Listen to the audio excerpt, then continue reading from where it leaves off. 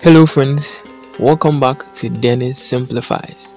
In today's video, we are going to go through an example problem in successive over relaxation method. So sit back, relax, and let's simplify. So this was the question that we had in the intro to SOR from our previous video. You can pause the video and then go through or read the entire question. Now what we established before was to represent the question in systems of equations. So we have our 7 codes in Python, 70 in Java, 3 codes in C++, and in the total 500. So we're going to have 3 systems of equation, and then after getting our systems of equations, we are going to solve using the SOR method that we did in the intro to SOR video that I made. And then we're going to use our epsilon value to be 0.01 or solve the equations to the if iteration. Now one thing that was not indicated here is that we are going to be using an omega value of 1.1 and an initial value of x0 to be 11, 11, 11. So as we get there, I'll explain how. So now let's move to solving this question and developing our systems of equations.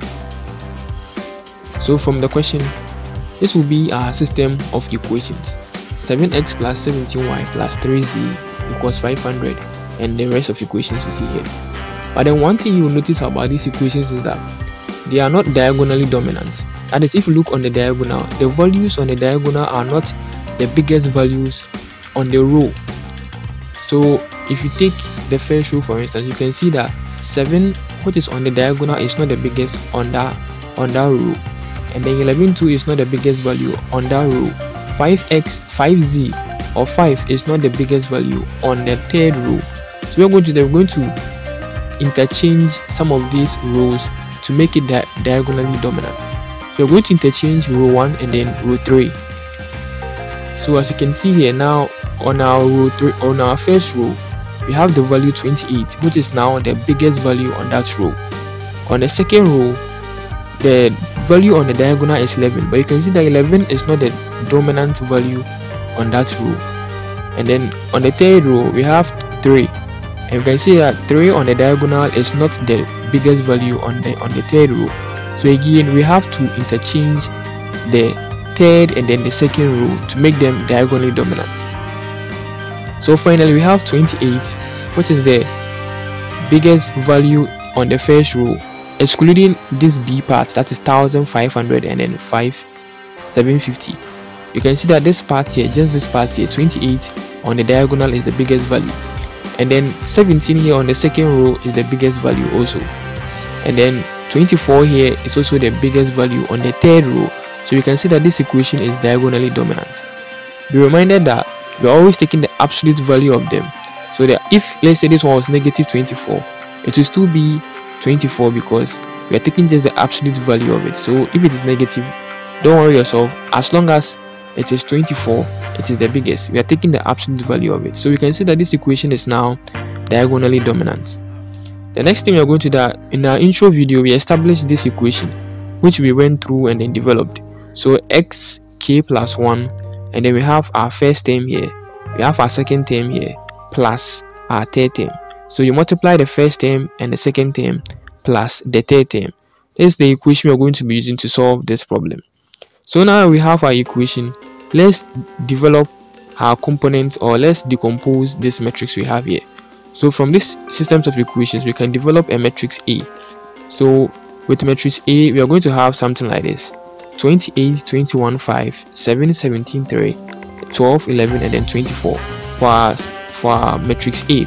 Then for matrix A, as we said in our previous video, we can use matrix A to find the other components, that is L, U, D, and then B.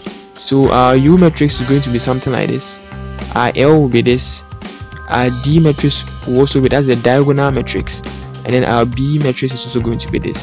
So you can see that we have developed U, L, D, and B just from our equations, or from the matrix A also. So this the U is our upper triangular matrix 21, 5, 3. L is our lower triangular matrix 7, 12, 11, all from matrix A. Then D is our diagonal matrix, that is 28, 17, 24. And then this B is from our equation 1500, 750. So now that we have our components here. The only thing left is to know what the omega value is from the equation. And I told you before that we're using an omega value of 1.1 and x naught, that is when k is 0. We'll be starting k from 0, then to 1, then to 2, and going on. So when k is 0 for x, it becomes x naught. And the first or the initial solution we are using here is 11, 11, 11.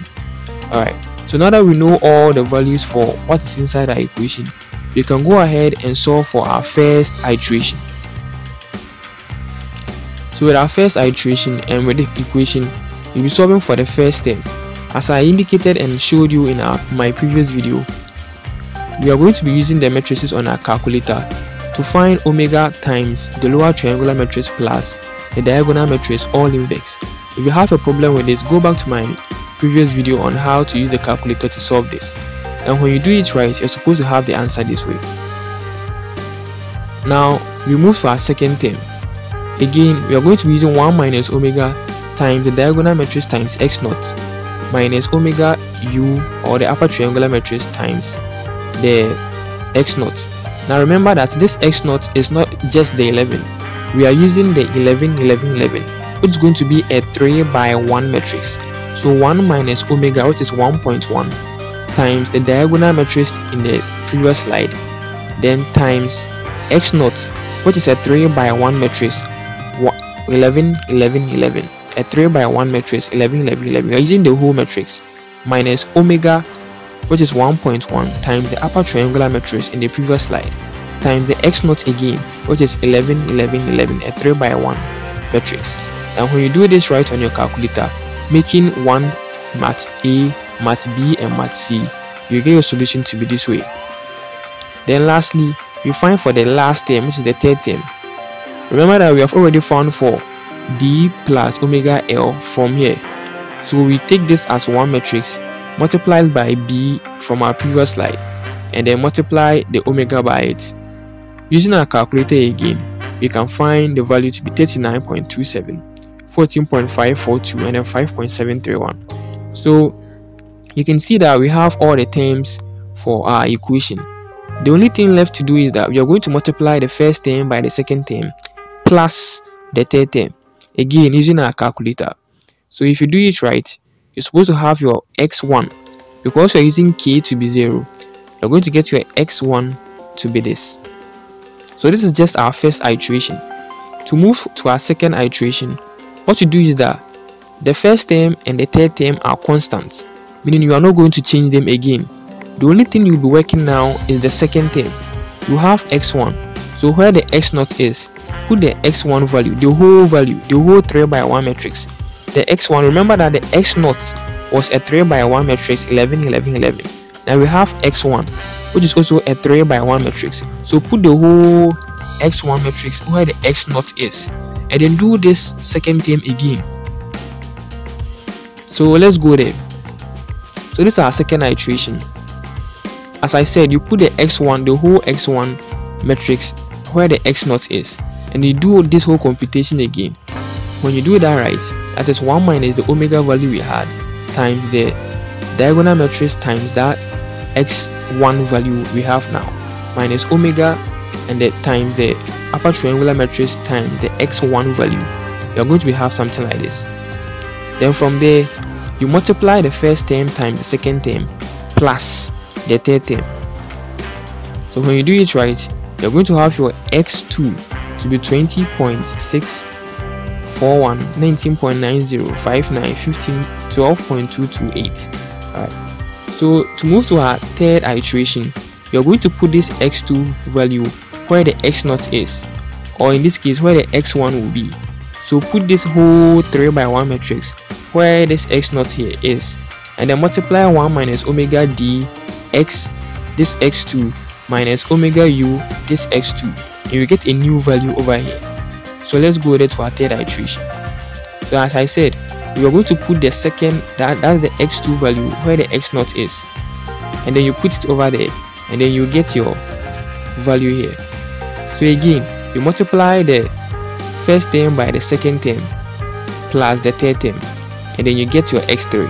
So you're going to do this until you get to the 8th iteration. So again, to the 4th iteration, you put the x3 value where the x0 is, and then you get your x4. So you multiply first and second term plus third term, x4.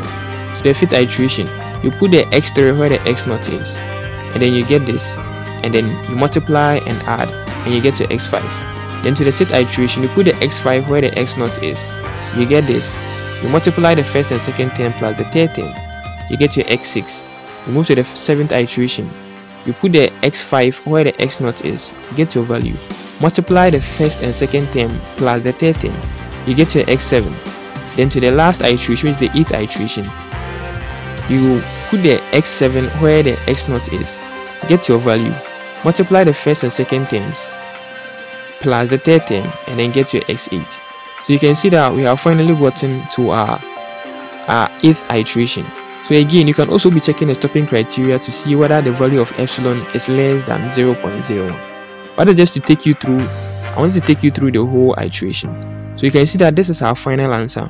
X1 is 18.882. The y value will be 19.295, and then the z value is going to be 13.189.